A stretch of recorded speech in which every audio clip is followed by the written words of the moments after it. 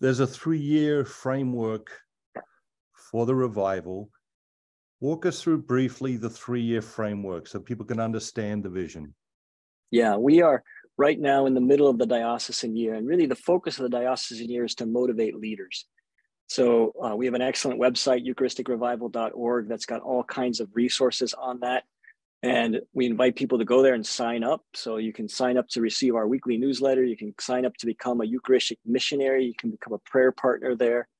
And basically, that's our way to try to engage leaders across the country. But we're also encouraging dioceses and parishes to begin to engage leaders, right? And these are people who already love the Eucharist and know about it for the most part, but we're inviting them to deepen their own faith and then be prepared to share that. And the second year is the parish year.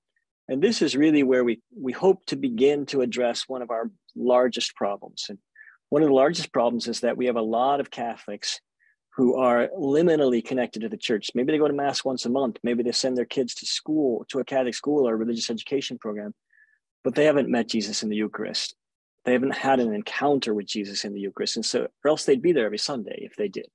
Once you have that encounter, it changes your life. It changes things, you know? And so we want to help to facilitate those missionaries reaching out in their parishes to be able to invite in to experiences. We're going to provide really good small group content for the parish year. We're going to provide other kinds of Eucharistic experiences that parishes can do, places where they can invite people to that encounter, either through relationship in small group or through prayer. The Mass is the high point, but it's not always the entry point, right?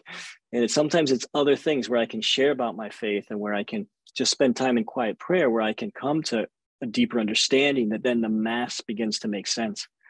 So in the parish year, it's really focused on those who have some connection to the parish, but don't fully have a Eucharistic faith. And we know that's like 25% of people, right? We know that 40% in our most recent CARA study said 40% of Catholics could identify and said they believed in the church's teaching on the real presence in the Eucharist. But only 15% of them go to Mass every Sunday. So there's 25% gap there, right? And your own studies have confirmed all this, but that there's a lot of low-hanging fruit in terms of people who have a connection, they're open, but they haven't fully experienced and don't fully understand. And then that year will culminate with the National Eucharistic Congress. This is going to be the 10th National Eucharistic Congress in our country. The 9th one was in 1941.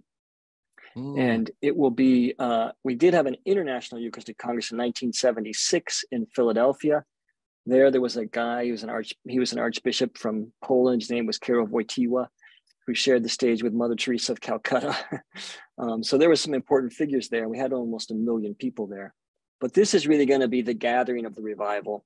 It's really going to be the moment when we invite the U.S. Church to come together and pray for revival, to come together and to share and experience the gift of our Lord in the Eucharist so that we can be set on fire to go back out and share it. And we hope to have 80,000 people join us in Indianapolis in the summer of 2024, middle of July, the summer of 2024. And you can find out more about that at eucharisticcongress.org. That's our website.